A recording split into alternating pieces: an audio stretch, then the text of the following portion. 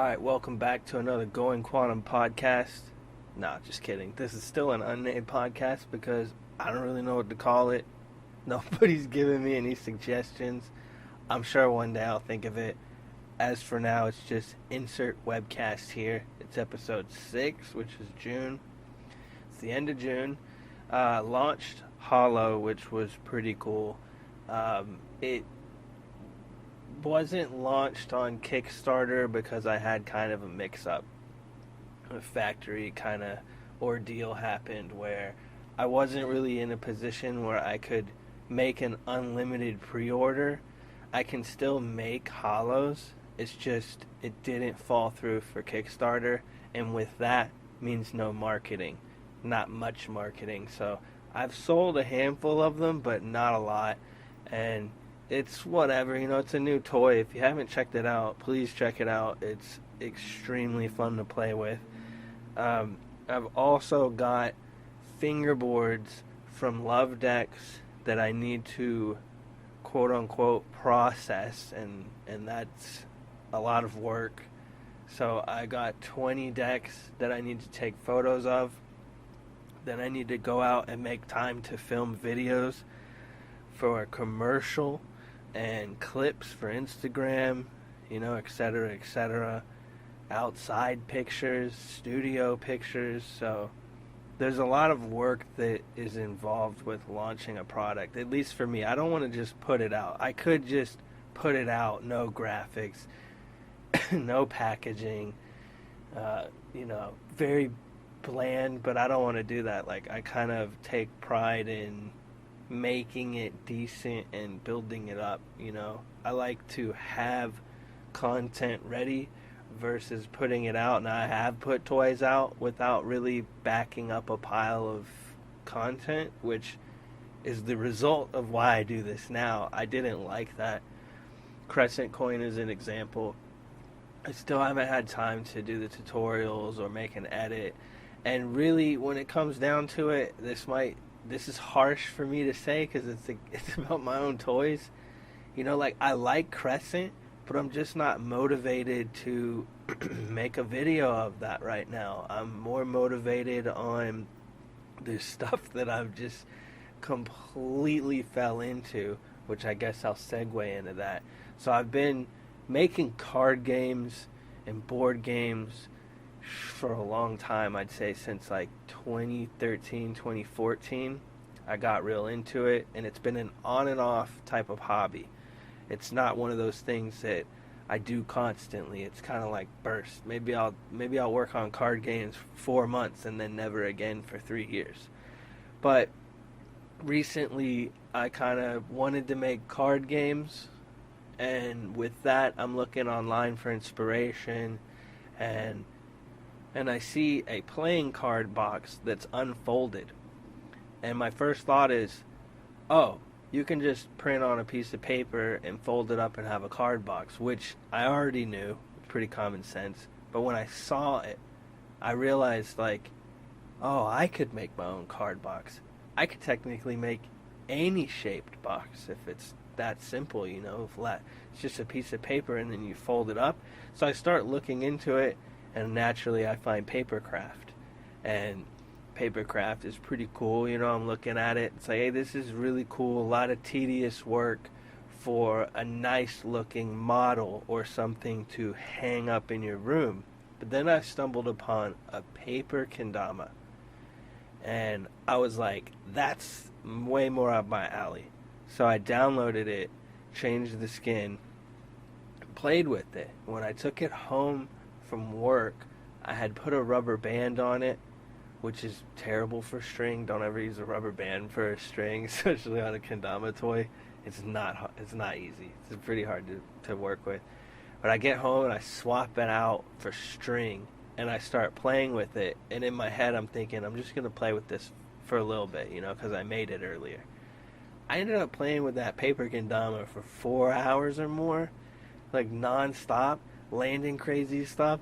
And then I had this moment where I was like, this paper kendama is as fun as Hollow. It's better to me than a real kendama, and it's paper. I took paper and folded it, and now I have a toy. And so my brain just exploded, and I started thinking, like, how do I do this? And I start looking for more paper skill toys online, and let me tell you right now, there aren't any. There are paper toys, like there are paper, you know, puzzles and stuff, and like I wouldn't call them skill toys, but there are Papercraft toys out there. But the Kendama was the only actual skill toy I found. So I start realizing that I'm gonna have to get into a hobby that I have put off for way over 20 years, probably more than 20 years. I have seen 3D modeling and 3D animation and stuff, and I said, no, I'm not going to get into that. And a lot of people would say, oh, but that seems like it's right up your alley. You'd be pretty good at it. No. I don't want to mess with 3D modeling because I know it's going to be a can of worms, it's going to be a big obsession, and it's going to be a lot to take in, and that's a hobby that I just kind of want to stay away from because there's people who are already way good at it, and I don't think I can get that good. So I've always had that attitude, and recently, especially with making toys, I usually ask my friends or people I know who do AutoCAD or 3D modeling, hey, could you make this real quick? Here's some 2D sketches of it, and they'd hook me up. But as I'm thinking of like how I put 3D modeling off for so long, I realized that the toys that I've been making, like Halo, Balo, Crescent, Hollow, Rebar, etc., they're all very simple and minimal designs. So if I learned how to 3D model, I don't think I would be going nuts making Mega Man or something, you know, because I don't even know where I would start to do action figure models and stuff like that, because that's really hard. But I could make a circle. I could raise a circle and punch a hole in it. I could make a circle within a circle and raise it and have a tube, which would be hollow. So with that, it just all clicked. It was like, boom, that's it. I'm going to download Blender. I'm going to start learning 3D modeling. I'm going to learn this stuff, I guess. And this was kind of like a thought that was floating around in my head. It wasn't super official, but then I was talking to somebody who's helped me make 3D models before, and he sent me this program that unfolds paper. And I messed with it a little bit, and it blew my mind. I was like, wait. There's a program where you just put a 3D model in it, and it unfolds it into the thing you need to print, and then you just cut it out and tape it. He's like, yeah. So I messed with it a little bit, and I had really intricate 3D models, so they unfolded, but it was like way complicated. But I saw how it worked, and I was like, no way. And that's what really made me be like, okay, I'm definitely doing this. I'm learning Blender. I'm learning 3D modeling. I'm going to learn how to unfold all this stuff, and it's been an amalgamation of everything I like. It's kind of crazy. So what I'm planning on doing, and I've been working on, is making Papercraft skill toys to give away for free. That's right, free. I don't plan on asking people for money for these things because it just doesn't feel right. The idea is that I downloaded a Papercraft Kendama online for free and played with it, and it's an amazing toy. And I'm all about toys. I'm all about playability and giving play to people. So I don't want to sell a piece of paper to somebody. It's more or less going to be like, here is the download file. Now you go figure out how to print it. So the idea is this. I'm going to think of a toy concept. I'm going to 3D model that toy concept. I'm going to unfold it. I'm going to tweak it. I'm going to show you all the errors I ran into. I'm going to show you all the versions that I did previously before the one that I launch. I'm going to have an assembly in the video, and I'm going to have an edit. And I've decided that I guess I'll drop the edit first as an upload on its own, and then the full version after that. So every Papercraft toy I make will have the download available, it'll have an edit of how to use it or play with it, and then it'll have a full video which shows the modeling and the process of making it and all that. And I've been doing this, and I already have like 5 or 6 Skilltoys that are ready to go. I just need to film it. And again, it's like with the fingerboards, trying to put out the decks and stuff. I have so much going on. Not only am I doing this, I'm trying to make board games and card games, and I'm just one person. And I've been getting a handful of messages from people, kind of not, bugging me, but it's like them asking me, when is this coming out, or when are you gonna do that thing you showed earlier? And it's like, dude, I'm trying. Trust me, I'm trying. I have so much work that I need to do. And what's crazy is I hate working, but this doesn't feel like work. Something inside of me says, shut the fuck up and do this. Like, go make toys, go make all these ideas you have. And it kind of gets overwhelming because you keep stacking hobbies. Like, now I've got 3D modeling on top of everything that I'm doing. But one thing that I learned real quick with the Papercraft that I didn't like was the gluing. And I was thinking, why do you need to glue it? There's boxes that you can put together with prongs. And so on my own, I figured out how to make tabs and prongs.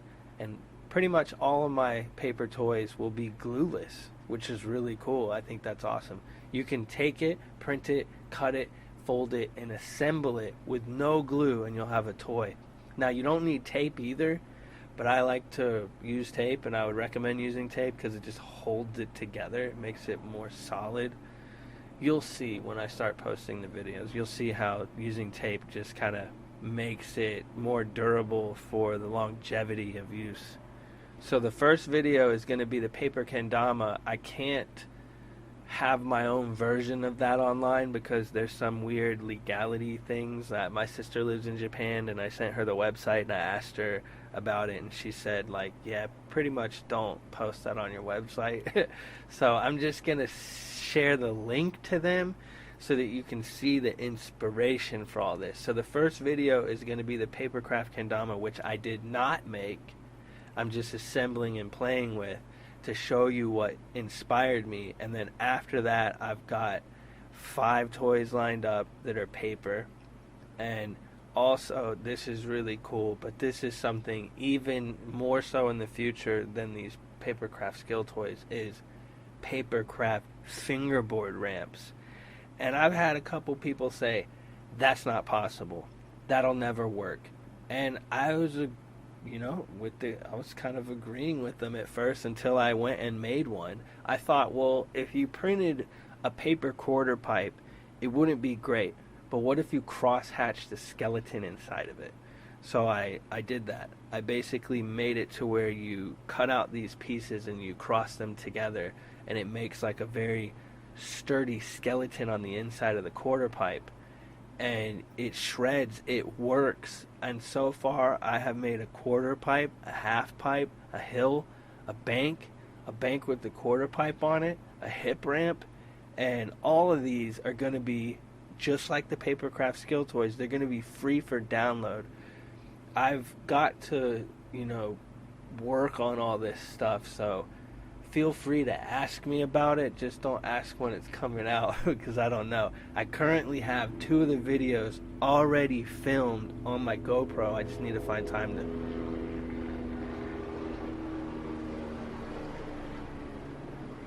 tell helicopters to shut up. I'm doing a podcast. No, but I just need some time to edit it, and I'll do it eventually. Editing's kind of one of those things where I need to get in the mood. But when I do get in the mood, I kill off a lot of stuff. So, already pre-recorded 2 Papercraft toys. So, it's the Papercraft Kendama and the Cubed Kendama. So, stay tuned for that. And again, I'm also working on board games and card games. Card games are pretty tough, and board games are also a little bit tough because I am not good at writing instructions. I'm actually terrible at it, and That is the last step to making a game, like a card game or board game. You have to have the instruction booklet. I already have like 12 fully fleshed out card games, complete. Like they're done and ready to go. It's just I don't know how to write the instructions. And it's kind of frustrating because most of the card games I have are pretty complex, so writing an instruction booklet would be really hard. And because they're so complex, I've been trying to like backpedal and make simpler games. Like one of the ideas was, well, chess. Chess is simple, but what if you change how they move? What if you change where they move or the positionings of the start? So I've been thinking of a lot of like different types of card games, and now with Papercraft, I'll be able to bring them to life. Now, some card games I'm making to sell on PlayAccess. They will probably be $5 to $10, if not less. But there will be a lot of board games and stuff that I just, do the same thing with the Papercraft. Just say, hey, here's the game. It's all free. Download it, print it, play it. Because that's just what I'm all about, man. I'm just constantly creating. I don't think there's ever a moment where I can't stop thinking of stuff. I saw a double layered chess set today, and it blew my mind. So it's a chess board with a pillar in the center that goes up, and it has another chessboard on top. So when you get to the edge of the chessboard on the bottom, you move to the one on top. And the moment I saw that, my brain just exploded into bits because I was thinking of all these other games you could do. So stay tuned for that. If you're a fan of mine, I expect to hear an album review in the comments because I just dropped Catch 33. I spent several months making it. I like it a lot. I think it's a pretty dope album. But at the same time, I can understand why people wouldn't like my music because it is weird. I could sit here and make electro or something, some generic electro, but I like making weird stuff, so give me an album review. Tell me what your favorite song was. And if you want, tell me some card games or game ideas, because even if you think you have a dumb idea, it's still a way to spark someone else to get inspiration.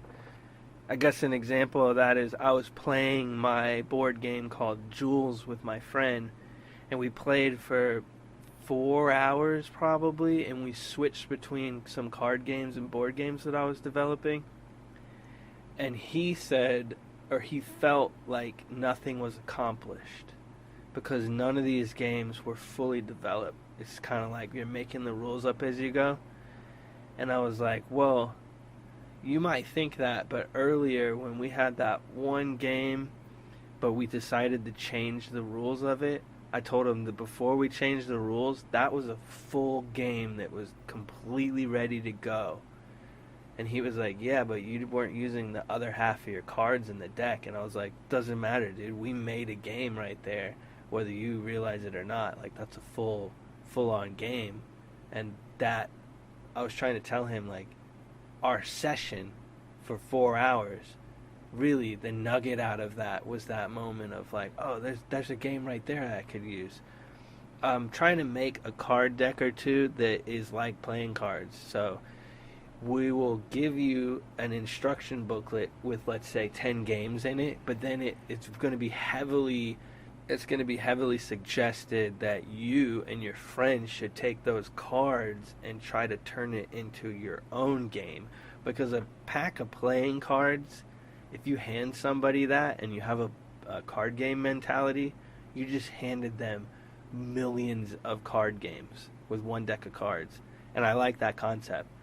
I want to be able to, have board games and card games that are minimal enough to where they're not like a horse piece.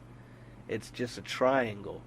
So if somebody else wants to say, hey, this does something completely different, then you're able to, and it's not an actual action figure piece or something, so it's a little bit easier for you to discard the rules of it and make up new rules. So I want all my card games to be like that.